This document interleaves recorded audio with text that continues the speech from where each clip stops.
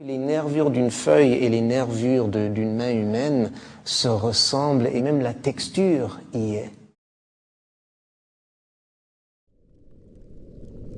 Fotem meu tapel, fills de feuilles, filhos das folhas, sons of the leaves, hijos de las hojas.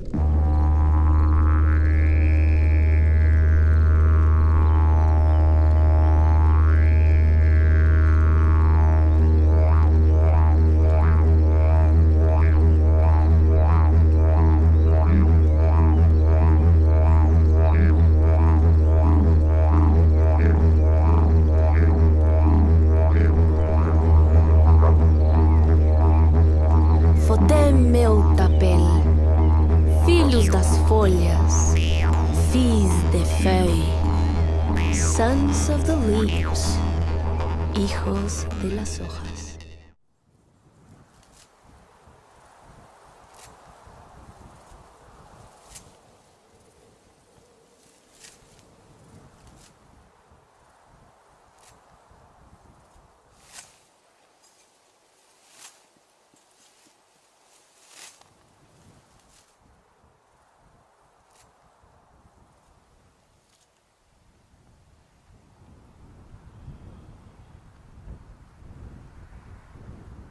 Bon, écoutez, je suis un vieux lavanderos qui ramasse de la lavande fine sur des sites sauvages depuis bientôt 30 ans.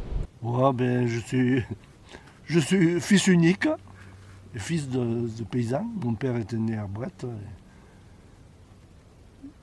Ma mère aussi. Et pendant la guerre, ma mère était seule pendant 5 ans. Donc de 5 à 10 ans, je vivais avec ma mère qui faisait tous les travaux de paysan, quoi.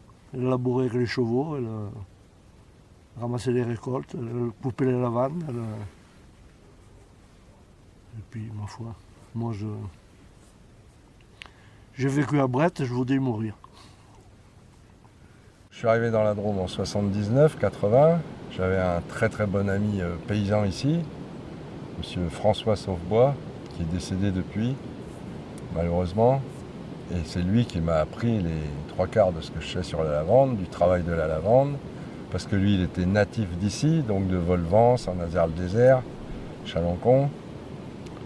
Et c'est quelqu'un qui était un puits de science au niveau de plein de choses agricoles, rurales, et qui m'a permis de rencontrer ces lieux magiques, parce qu'il n'y a pas d'autre mot, c'est quand même des lieux vierges de tout être humain. Donc voilà, c'est important. Et c'est des travaux qu'eux faisaient tout petits, parce qu'à l'époque, il n'y avait pas tous les tracteurs et tout le cirque de maintenant, toutes les facilités matérielles, agricoles, disons, et des machines surtout. Donc suite à ça, on a recommencé avec lui à couper, et on n'a jamais arrêté. De la lavande fine, sauvage, sur des territoires complètement vierges, à part bien sûr les bêtes qui sont en estive.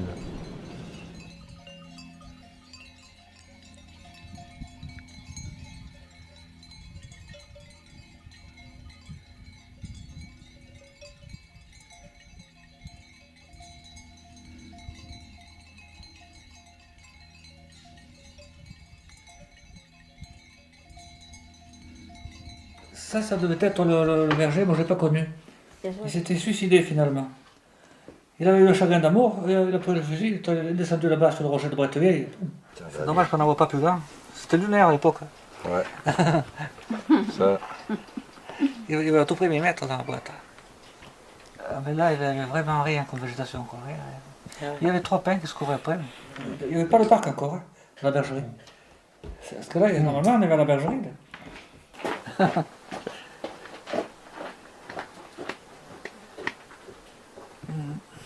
C'est vrai. La lavande, ça a bien changé, ça aussi. Il y en a beaucoup moins maintenant, Il y en a beaucoup moins. malheureusement. Il faudrait exploiter que la sauvage. Voilà. Ce serait plus naturel. Oui, mais quand même, elle dépérit depuis les années 2000. Ça Même les sauvages. Ouais, ouais. Il n'y a pas le... Et encore, heureusement qu'elle survit grâce aux brebis. Oui, Il n'y aurait parce pas qu'elle les nettoie. brebis. Bah oui. Elle nettoie autour. Sinon, il n'y aurait plus rien. Si ça ne se renouvelle pas, c'est dû, comme je disais tout à l'heure, au pâturage.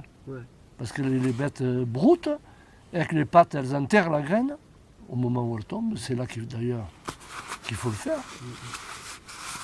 Et ça fait des nouvelles plantes. Sinon, elles tombent dans de l'herbe comme là, ça ne sort pas, quoi.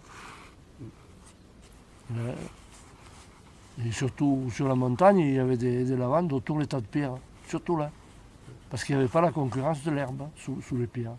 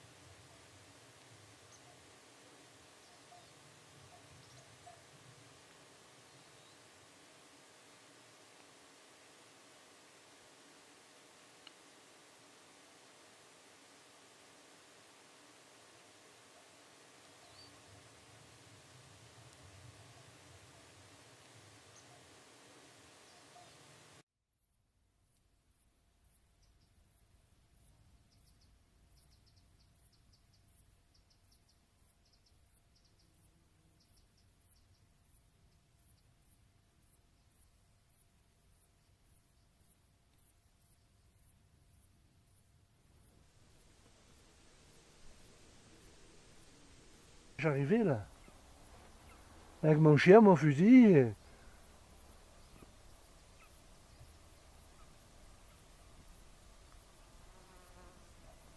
le soir, il fallait redescendre, bien sûr.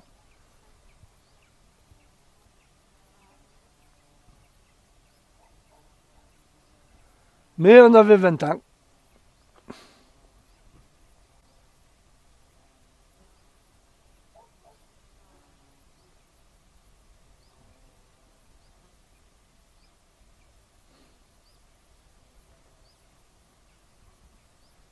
Mon père, il me dit, il coupait de la lavande partout, là. Partout. Même ça me ferait pas de peine d'en couper encore. Pas beaucoup peut-être, mais...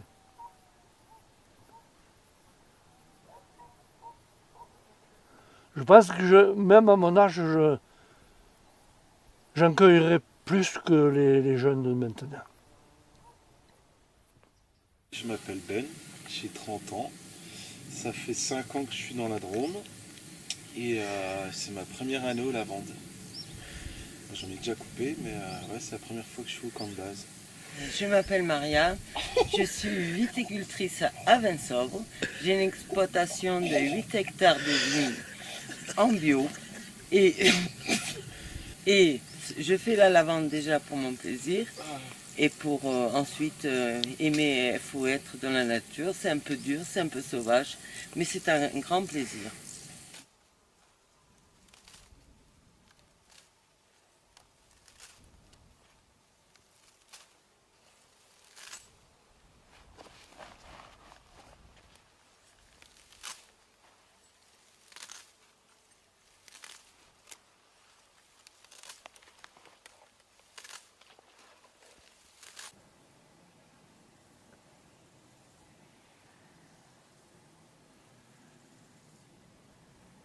La lavande, on la met dans des saquettes, c'est des poches comme un peu un kangourou, hein, qu'on a fabriqué manuellement.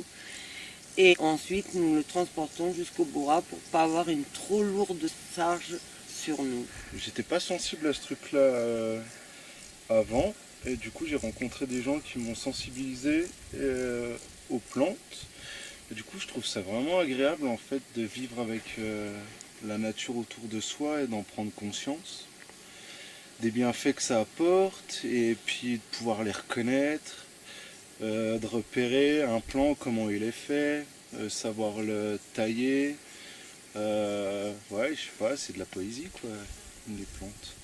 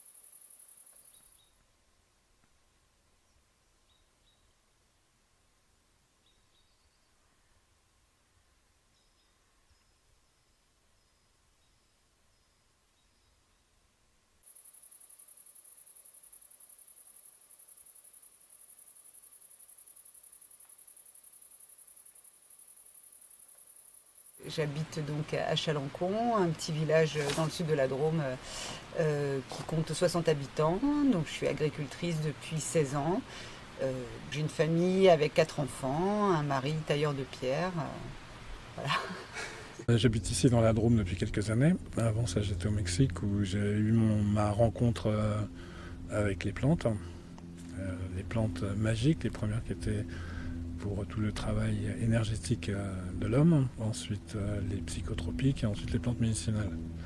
Donc j'ai pas mal voyagé dans tout ça. Alors en cueillette, on a la lavande fine sauvage, donc c'est vraiment la lavande, ce qu'on appelle la lavandula angustifolia, donc la lavande qui est propre au terroir, qui moi est celle qui m'intéresse le plus au niveau thérapeutique, au niveau des propriétés. C'est vraiment le must, je trouve, de la lavande. C'est vraiment une plante qui est très polyvalente et moi je trouve que c'est vraiment une des huiles essentielles qu'on doit avoir dans la trousse de secours parce qu'elle est utilisable pour tous les petits maux de la vie.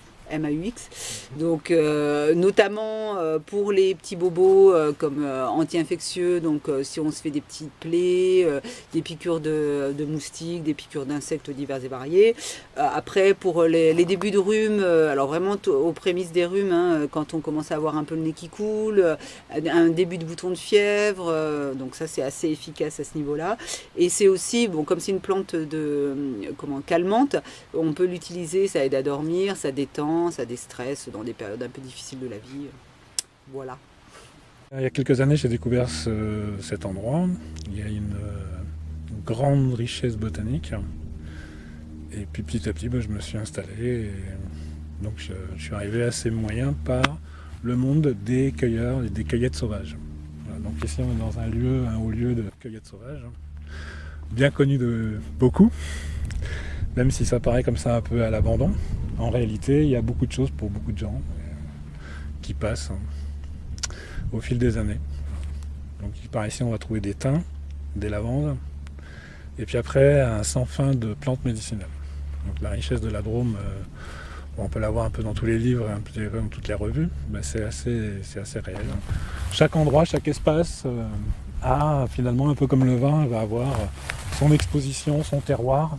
Donc tout ça, ça nous donne des arômes et des attaques très différentes au niveau des arômes qu'on va obtenir avec les huiles essentielles. Donc c'est la recherche de notes aromatiques, donc une diversité de plantes et puis une diversité de stades de distillation. Alors là c'est très intéressant puisque finalement si la fleur va ouvrir, la fleur ouverte, la fleur où une partie a déjà commencé à se transformer en graines, va avoir des caractéristiques aromatiques très différentes. On va partir de notes très florales, après on va tomber sur les minéraux, le terroir, donc là ça devient même une caractéristique intéressante de comparer des terroirs, même si tout paraît assez pareil, quoi. Il y a des zones où on a de l'argile, ici on n'a que du calcaire, c'est bien noté, bien différent. Et puis pour les stades de floraison bien mûrs, on va retomber sur plus des camphres. Donc là, on vient vraiment à la recherche de la production classique en exploitation agricole, où on va sur des stades de beaucoup de récoltes, avec beaucoup de quantité, et puis ce qui va couvrir la demande pharmaceutique et le marché pharmaceutique actuel. Voilà. Donc là, la recherche, elle est un peu différente. Et puis, c'est une aventure sans fin. J'ai commencé les premières années à faire tout à pied, donc on marche, un peu vite. Parce qu'il faut les remplir, les alambics, hein. C'est pas le tout de faire tourner l'alambic vide. Donc, Tu penses à toi, mais tu penses pas qu'à ça, quoi. T'écoutes aussi la plante. J'ai 5 piqûres là, en 6 jours. Du coup, t'es aussi attentif à ce que tu fais. T'as une serpette dans la main, du coup tu peux pas non plus être trop loin, quoi. Du coup tu peux te couper les doigts. Et puis ouais, d'écouter, savoir s'il y a des abeilles dedans. Du coup, t'as tout ça à mélanger dans une boîte crânienne. C'est des pratiques qui se faisaient à l'époque, donc dans les années 60 jusqu'aux années 80, 70 on va dire, plutôt 60, 75, où la lavande était encore un produit complètement naturel et qui était réservé pas aux médecins mais à des parfumeurs. Il faut savoir qu'il y a des parfumeurs de grâce qui avaient des courtiers assermentés pour ça et qui venaient tous les hivers ramasser tous les lots d'essence distillés dans chaque ferme. Mais à l'époque, il y avait encore des paysans partout, ce qui n'existe plus maintenant. Et suite à ça, il y a eu un gros problème dans les années 60-70 quand la lavande est devenue par les parfumeurs, ils ont réussi à la faire en synthétique. Donc là, le marché s'est un peu effondré. Et là, on a commencé à faire ce que nous, on faisait déjà depuis 10 ans, des essences pour se soigner, avec des naturopathes, avec des iridologues. Ensuite, on a eu un problème dans les années 80 par rapport aux grosses cultures de lavande. Et le problème qu'on a eu, c'est qu'il n'y avait plus d'alambic pour distiller. On va dire que c'est plus devenu rural ou artisanal, c'est devenu beaucoup plus industriel. Donc ça a demandé des vases beaucoup plus importants, des structures de chauffe plus importantes aussi. Et ça correspond justement à ce moment-là, quand la lavande est devenue synthétique, enfin que les parfumeurs l'ont fabriquée en synthétique, il n'y a plus, le courtage s'est complètement effondré.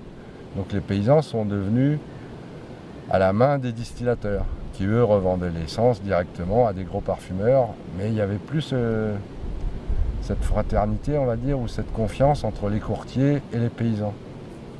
Et après, ça a donné lieu à des spéculations sur l'essence, sur le prix de l'essence, sur le cours de l'essence.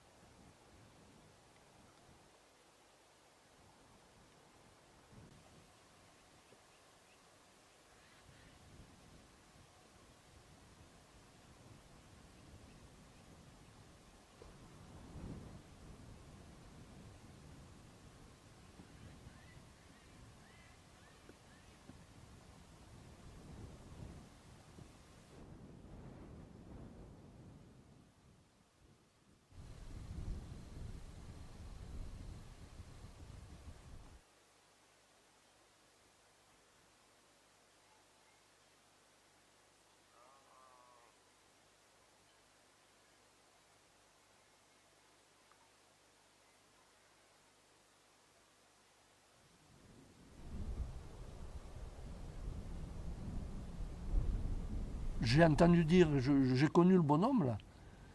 C'était monsieur Arnaud, notre voisin où je suis né là-bas. Il faisait 50 kilos d'essence de lavande. Il avait son terrain là-haut, lui. Il cultivait la lavande à la pioche. Il n'avait pas de mulet ni de rien. Il binait les lavandes sauvages. Il faisait 50 kilos d'essence. Il les distillait au village et il descendait tout sur son dos. C'était pas chaque année pareil, hein. Suivant la pluie, suivant l'époque. Au début, elle rendait moins, mais en pleine saison, c'était 1 kilo pour 100 kilos. Alors donc, lui, il faisait 50, ça fait 5 tonnes, ça, à descendre, non? C'est 5000 kilos qu'il avait à descendre de là-haut sur son dos. Chaque jour, donc, il devait descendre, je sais pas, peut-être 70 ou 80 kilos de fleurs, quoi. Sur son dos. Et ça fait des kilomètres, hein. Voilà, il y a la descente, là, par le sentier, quoi. Il n'y avait pas de chemin, rien. Mais bon, ils étaient solides, quoi, les anciens.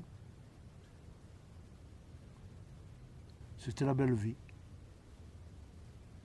Et si j'avais à recommencer ma vie, et que j'ai le choix, je la ferais comme je l'ai fait.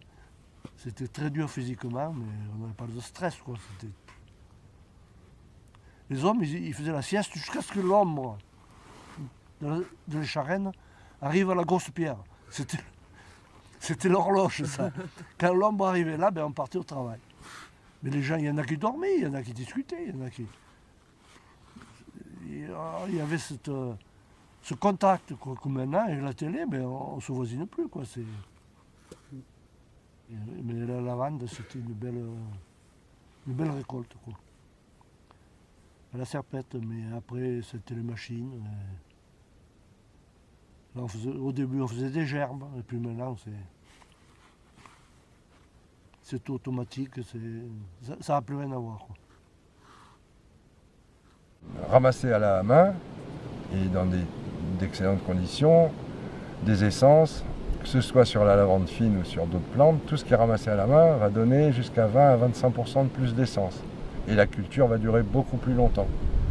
Parce que des lavandes cultivées en rang, bon, elles vont dépérir plus vite, suivant les personnes qui vont couper à la machine. Ça va blesser la plante et ça ne l'attaque pas pareil, quoi.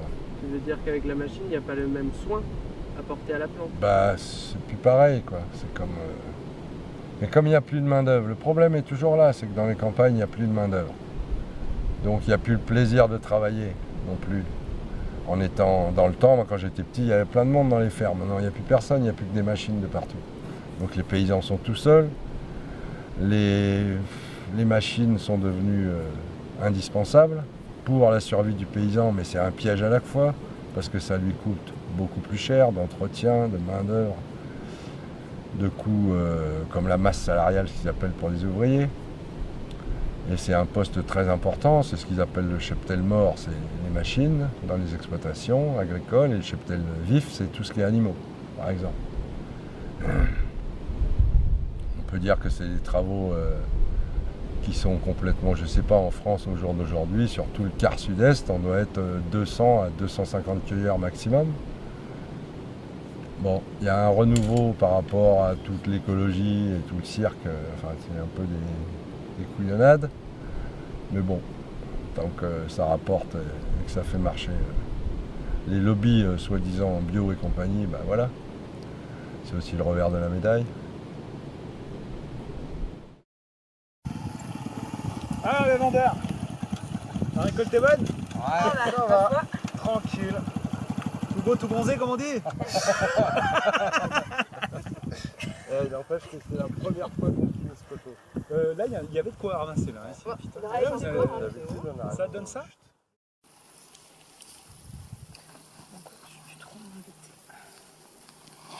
Bon, de la grosse touffe là.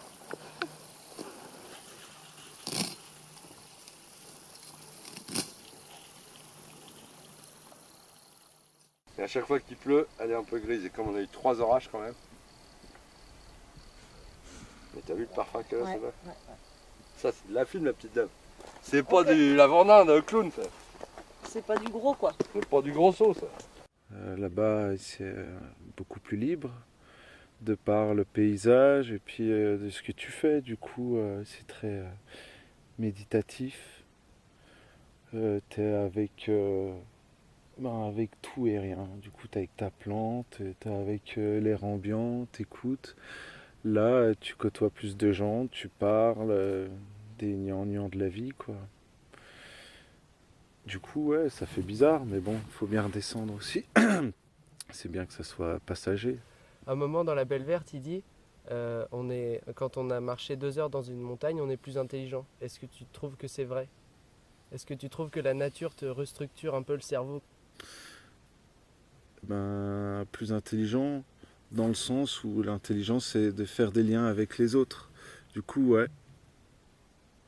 Oui, ça permet en fait de plus analyser l'instant présent, quoi. Parce que c'est le calme, c'est introspectif. Alors, ça permet de réfléchir à plein de choses, du coup, oui. En quelque sorte, ouais, ça te rend un peu plus intelligent. Ça te permet en fait de penser, quoi.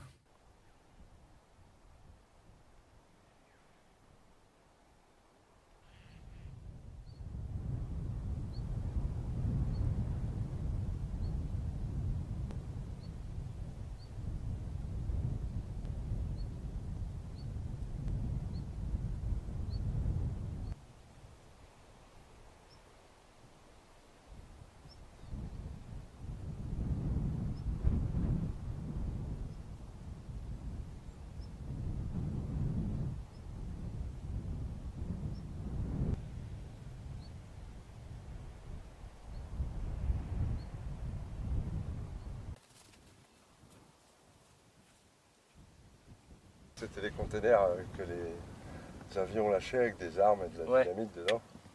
D'accord. Et c'est parce qu'à l'époque, Ah ouais. ils faisaient des feux en triangle.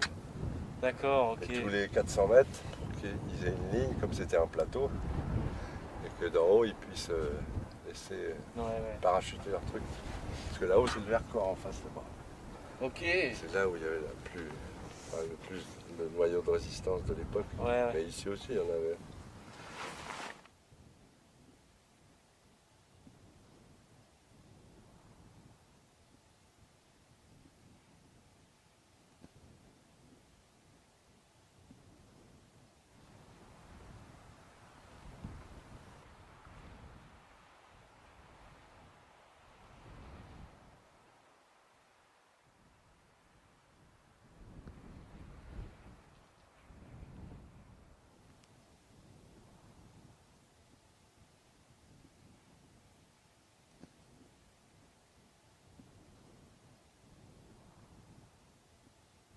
Ils venaient charger les armes, ils descendaient là-bas au village avec des tombereaux. Même le père Brest, je crois qu'il avait des bœufs. Il en a descendu au voyage avec les bœufs. Des armes? Oui, les armes. Il y avait des armes, de la nourriture, peut-être aussi des colis, des rations individuelles, quoi. Il y avait un peu de tout. Mais surtout de l'armement, quoi. Et là, c'est... donc dans la ferme où il y a Hervé, là, maintenant, c'était ma tante à l'époque, c'était pas à nous, on l'avait racheté. Et il y avait un espion allemand, à personne, c'était un dentiste, il se faisait passer pour dentiste, qui a séjourné pendant 8 jours là-bas dans le machin. Puis après, on a su que c'était un Allemand, quoi. Et d'ailleurs, les maquisards l'ont tué, quoi, quelques temps après. Mais... Et il était là-bas pour... Donc, si ça a été dit, bon, je ne sais pas, je n'ai pas contrôlé, mais 8 jours de plus, et le village est brûlé, là, parce que les Allemands avaient su qu'il y avait le parachutage, et ils allaient tout détruire, et puis faire des rafles comme ils ont fait à Pontet, ou ramasser tous les hommes, et les envoyer, ou les fusiller, je ne sais pas. Mais bon, moi j'étais gamin à l'époque, hein, j'avais 7 ou 8 ans, 9 ans. Enfin, je me rappelle quand même bien.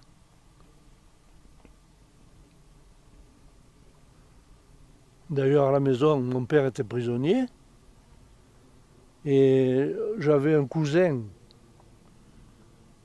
qui était de la classe 42, qui était venu aider à ma mère. C'était un cousin germain à moi, qui avait 20 ans, qui a eu la classe 42, qui devait partir en Allemagne au travail obligatoire. Et il était camouflé à la maison et il aidait ma mère qui était toute seule, quoi.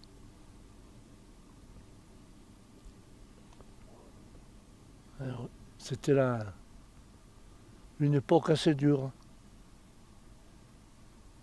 Moi, gamin, on ne se rend pas compte, quoi. Mais...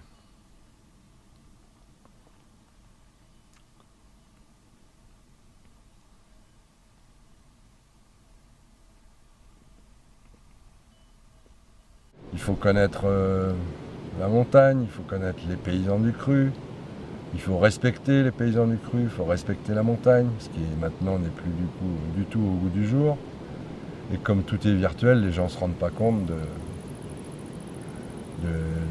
l'énergie et de la puissance de travail qu'il faut pour arriver à faire des travaux comme ça, complètement manuels, de A à Z, quoi. Et les générations futures, moi j'espère que de plus en plus de personnes seront sensibilisées à tout ce que l'écologie peut amener, tout ce que la nature peut amener, tout en sachant que voilà, c'est une véritable, il faut qu'il y ait une véritable osmose entre l'être humain et la nature, et qu'il n'y en ait pas un qui prenne le pas sur l'autre, et qu'en fait je pense qu'on peut réussir à faire des choses ensemble sans avoir des recherches de profit, etc. Moi c'est pas du tout ce que je recherche, quoi. Moi je recherche vraiment un équilibre de vie, que ce soit pour moi, pour ma famille, et puis pour le monde dans sa globalité, quoi. À l'époque, on n'avait pas de besoin. On achetait un paquet de café, du sucre, et puis c'est tout presque. On vivait sur le tas. On engraissait le cochon, on n'achetait pas de viande. La vie, elle était... On n'avait pas de besoin, quoi. Et puis bon, on était courageux, quoi. On faisait tant qu'on pouvait. Mais bon, j'ai pas de regrets. On peut le raconter aux jeunes, mais je sais pas s'ils nous croient, c'est ça. Oh, si. Peut-être, Si. peut-être. Il y en a même qui font des documentaires.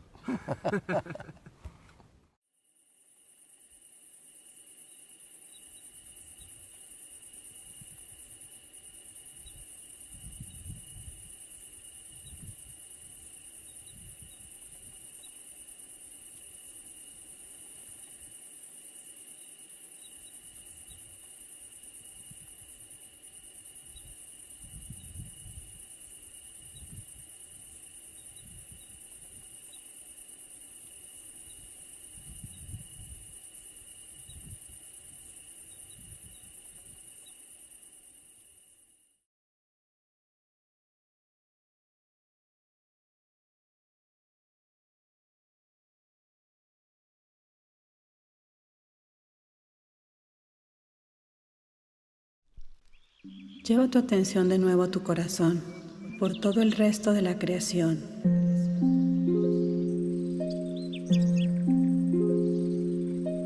Por el Sol, los planetas, la Vía Láctea, toda la galaxia. Y con tu visión interior, visualiza un cielo nocturno y ve las estrellas. Permítete sentir plenamente, sentirte uno con el todo, sentirte uno con el cosmos. Y permite que lo que sea que tenga que suceder, suceda. Sin pensamientos, solo permite.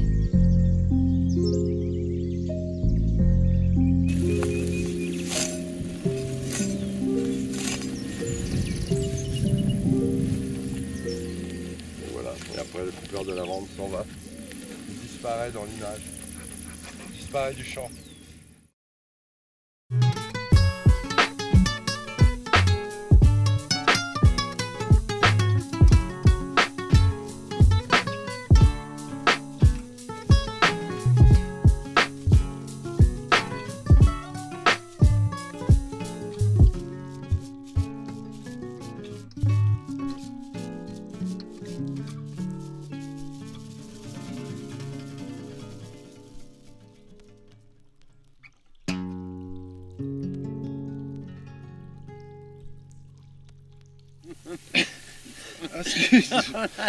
Ah, moi je saupoudre, moi. Ouais. C'est magnifique quand même.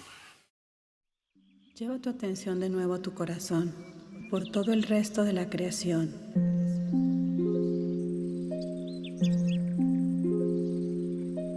Por el Sol, los planetas, la Vía Láctea, toda la galaxia. Y con tu visión interior, visualiza un cielo nocturno y ve las estrellas. Permítete sentir plenamente, sentirte uno con el todo, sentirte uno con el cosmos. Y permite que lo que sea que tenga que suceder, suceda. Sin pensamientos, solo permite. Así me siento más vivo, deja que el papel relaje, déjame rimar tranquilo, flujo continuo, burbujas enjauladas, polo ambiguo, escritos por miradas que no han visto lo distinto de un papiro extinto y un poema pobre, pobre que prospera, no hay que esperar ese porque lo que llena el corazón no solo es sangre, es pasión de alguien que respira versos en el bosque del olvido, olvida el vaivén que va y viene, hay quien aún dormido no es testigo de su baile, hay pensadores grandes que debaten. La existencia no es casual y es que casualmente mi mente y el arte, a causa de la espontaneidad escondida y hundida en el parque, mi punto parte, bajo el balancín del péndulo, discípulo de alquimia lengual, igual freestyle para empaparme de rimas, imaginación esquiva, la ilusión se arriba, nuestro sol deriva, el Kibalión dejó su carta hermética bajo este árbol que vio caer la fruta esférica mientras le hablo a sus raíces enraizadas al cordón de la afluente universal que sangra letras detrás del trasplante mágico. Aquí no hay carencia, solo hay abundancia hacia cuánticos pálpitos de conciencia. Toda causa tiene su efecto, todo efecto tiene su causa. Ahora intento sin pausa